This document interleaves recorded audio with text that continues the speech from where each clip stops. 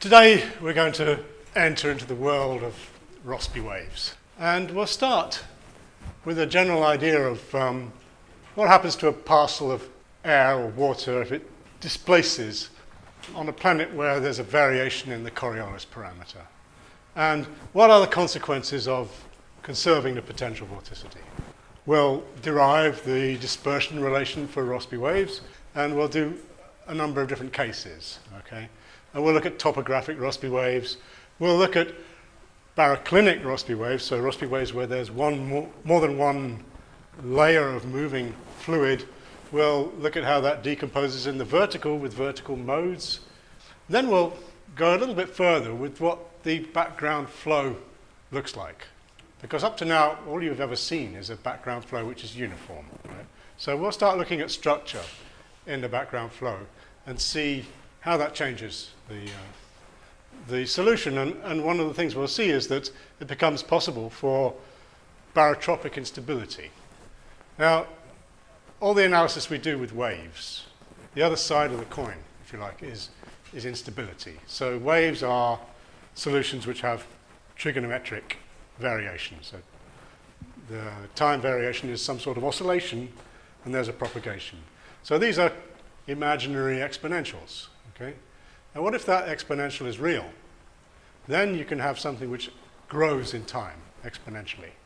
And then that's something which gets bigger and bigger, and it's unstable, right? It becomes a very large perturbation. So what are the conditions which are necessary for that to happen? That's one thing we'll start looking at. And then we'll look at that in the barotropic framework, and then in a baroclinic framework we'll look at what kind of scales it occurs on, this kind of instability, baroclinic instability, baroclinic growth. Okay? So that's the program for today. So let's start just by thinking about this parcel of fluid here. Right? So we're on a planet with some curvature, so the planetary vorticity is varying, if you like, or the Coriolis parameter is varying with latitude. Large F to the north, smaller f to the south. And this parcel of fluid has no relative vorticity.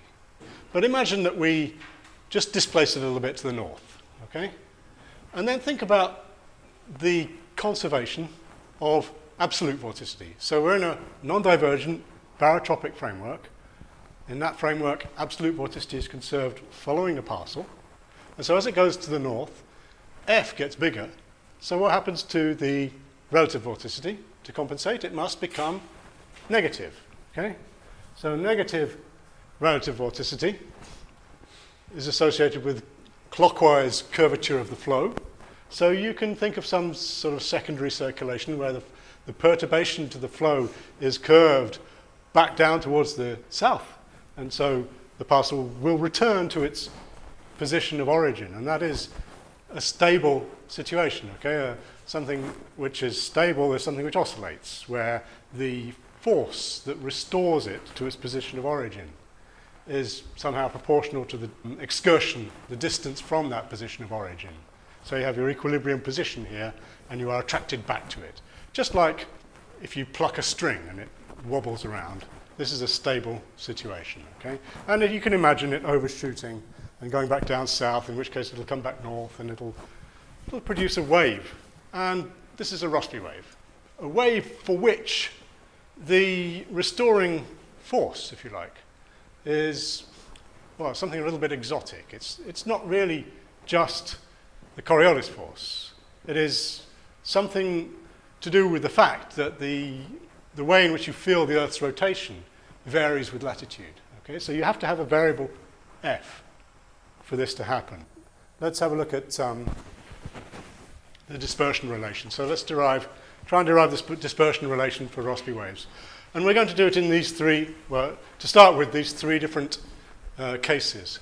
So we will have, well, let me just introduce the equation. So we're going to talk in a general framework now of the conservation of potential vorticity, okay?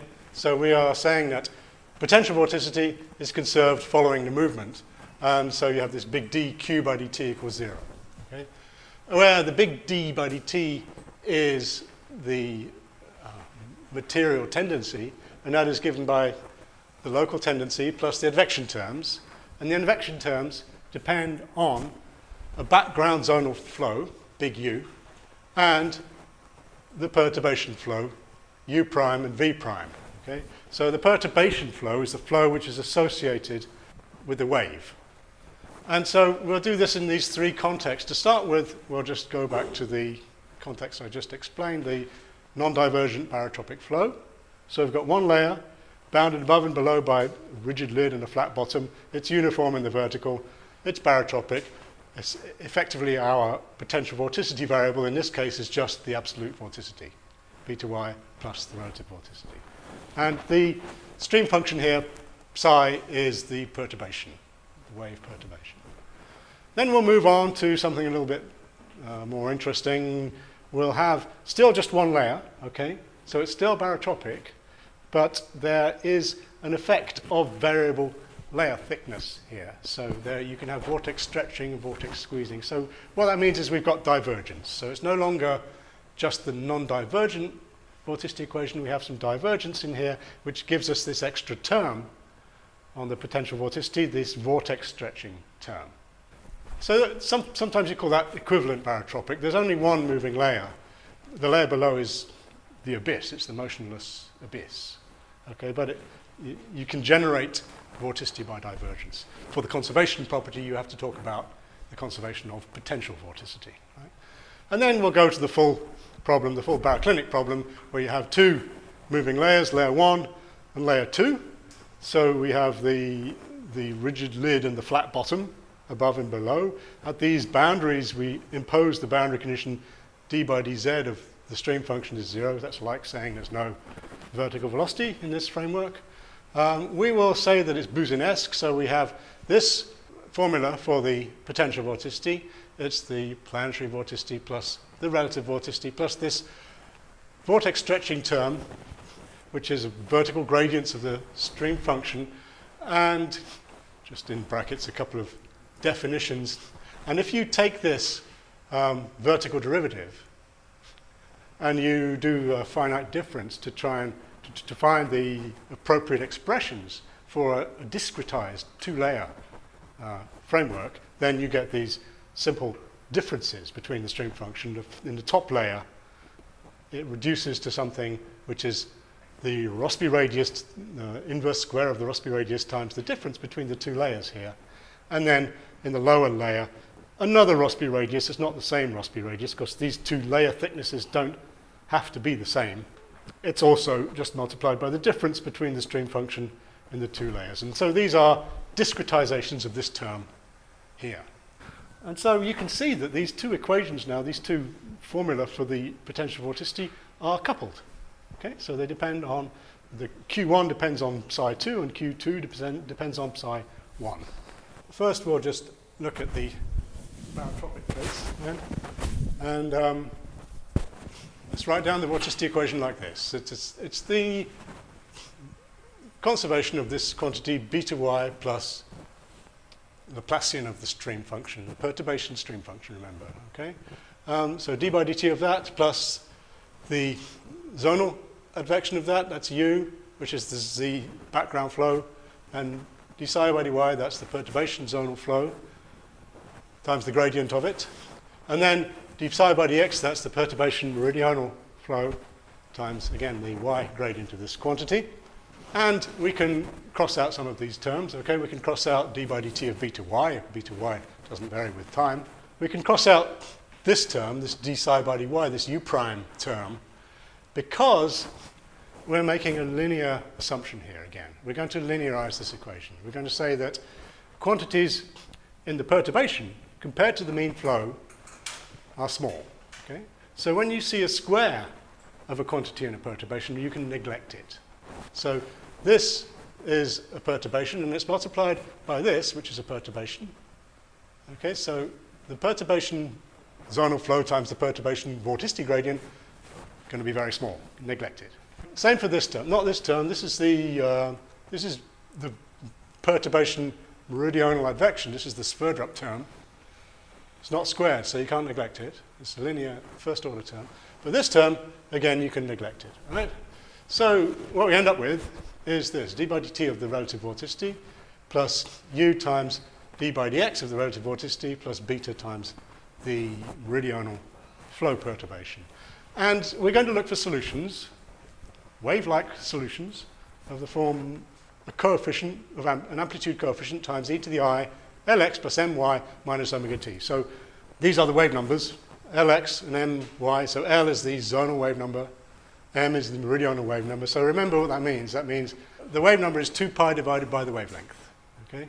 So this is 2 pi over the x wavelength, 2 pi divided by the y wavelength, and omega is the angular frequency, so that's 2 pi divided by the period.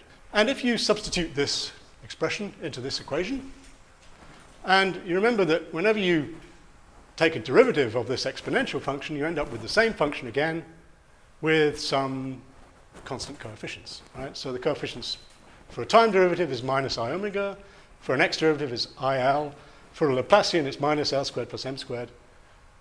So you can replace these derivatives with algebraic coefficients, and you can easily derive this dispersion relation. Here it is. Omega is equal to UL minus beta L over L squared plus m squared. You've seen it before. That's the dispersion relation for barotropic Rossby waves. Okay. Now, what does that look like? Okay. Well, it depends on the scale, on the meridional scale of the wave. Imagine that m is very small, or 0. Okay. Imagine that the waves have infinite meridional scale, and they're just zonally confined, but meridionally they cover the entire planet, right? Well, in that situation, you have a very simple rule that omega is proportional to beta over L. Okay, so you can plot it here. Here's omega, here's L. You note that if, relative to the basic state flow, this term is negative, right? So you plot it in the negative quadrant here, and if you have m equals 0, you have just this hyperbola. So for bigger and bigger zonal scales, you have higher and higher frequencies. Now this is a very dispersive large-scale wave. It's called a Rossby-Harwitz wave. It's planetary in scale, and it has this hyperbolic dispersion relation. But then, as soon as you set a meridional scale to your structure, so m is no longer 0, then this denominator doesn't disappear. And in fact, when L is 0, omega is 0. You have a very different dispersion relation in that case.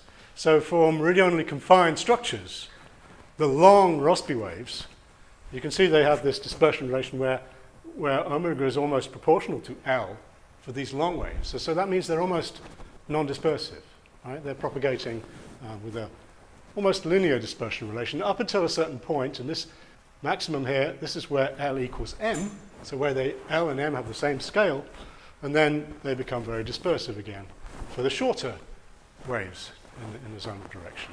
So here are the details of the derivation. As usual, I give you everything on these blue slides. Okay. And you can see I've derived the dispersion relation here, and I've also shown you the phase speed in the zonal direction, which is trivial to derive, and also the group velocity, d omega by dl, which is a little bit more, slightly more work, but here it is. Okay. So let's talk about the group velocity. Here's the dispersion relation again, and the phase speed is just omega over L. So you can see that the phase speed is always towards the west relative to the mean flow. Okay, because beta is always positive. This thing is obviously positive. Okay, so the phase speed is always negative. Rossby waves always propagate towards the west relative to the mean flow. The group speed, on the other hand, it depends. It depends on the sign of this numerator here. If L is bigger than m, then it's positive. But if L is less than m, then it's negative. Okay, so what does that mean? If L is bigger than m here, it means we have waves which have a bigger meridional scale than their zonal scale. Okay, so they'll be kind of stretched out shapes like this on the right here, and their phase speed in blue here will be to the west, but their group speed will be to the east. Very dispersive. So that corresponds to this part of the curve. Yeah, right. You see here on this graph I've shown the phase speed is just an arrow that points from the origin towards the curve, whichever curve you use, right? The group speed is the tangent of the curve. Okay, so you can see that for L equals m, it's at this peak point here, the group speed is 0, okay, because it's a horizontal tangent. All right, so the other case is m is greater than L, which means the waves are elongated in the zonal direction, and in that case, the group speed and the phase speed are both to the west. So we're on this part of the curve, right? And they look much more non-dispersive. They're easier to observe. They're easier to follow because you can track the structure and it won't lose its shape as it propagates to the west because it's non-dispersive. Okay? So longer waves go faster.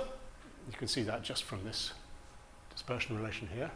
So the smaller the values of L and M, the quicker it goes. And waves closer to the equator also go faster because beta is maximum at the equator, okay? 0 at the poles. All right, so how do they propagate to the west? Why do they propagate to the west? Well, here's a schematic which can show you that. So think again about this parcel, which displaces from its position of origin. And here it's displaced to the north, and so we've induced this negative relative vorticity. So there's a circulation, a clockwise circulation associated with that. Here it's to the south, so we've induced this positive relative vorticity and anti-clockwise circulation. And imagine a streamline. So if the streamline follows the parcel, so it's like a streamline of stream function or potential vorticity. So we've moved it north here, we've moved it south here, so we have a sort of wave here, okay? And then how would that be displaced by this secondary circulation, this streamline? So you push it down here, okay? You push it back up again here, and you push it down here. And the resulting streamline at a later time will follow this dashed curve, right? So effectively what it's doing is moving to the left, so it's propagating to the west. So the secondary circulation, which is induced by this constraint of conserving the vorticity, produces this westward propagation. Right, let's move on and let's move up to the next case, which is a case with variable layer thickness. So the same kind of advection operator, but now applied to a different definition of potential vorticity.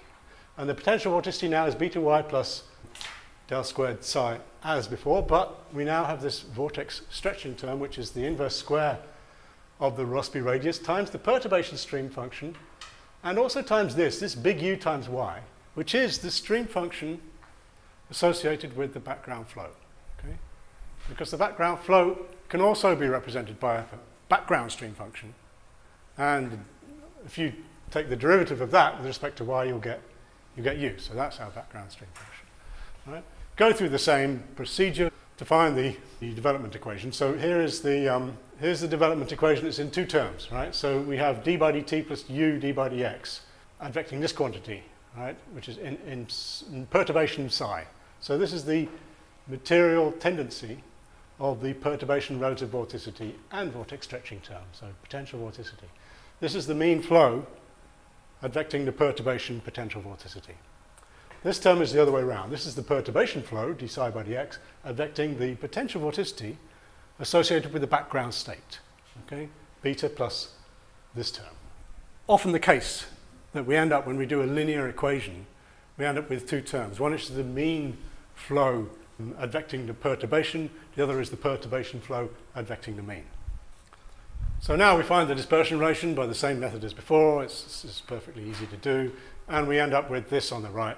This term here is slightly more complicated now, and notice that two things have changed, right? First of all, on the numerator, we don't just have beta times L, we have this other term here, inverse square of the Rossby radius times the background flow. So that means that the background flow not only displaces the wave, it also interferes with the properties of the wave. So you can see that the phase speed of the wave itself, relative to the background flow, will be altered by the background flow. The wave is propagating on a background flow, and it depends on gradients of that flow. And on the denominator, a very important change here.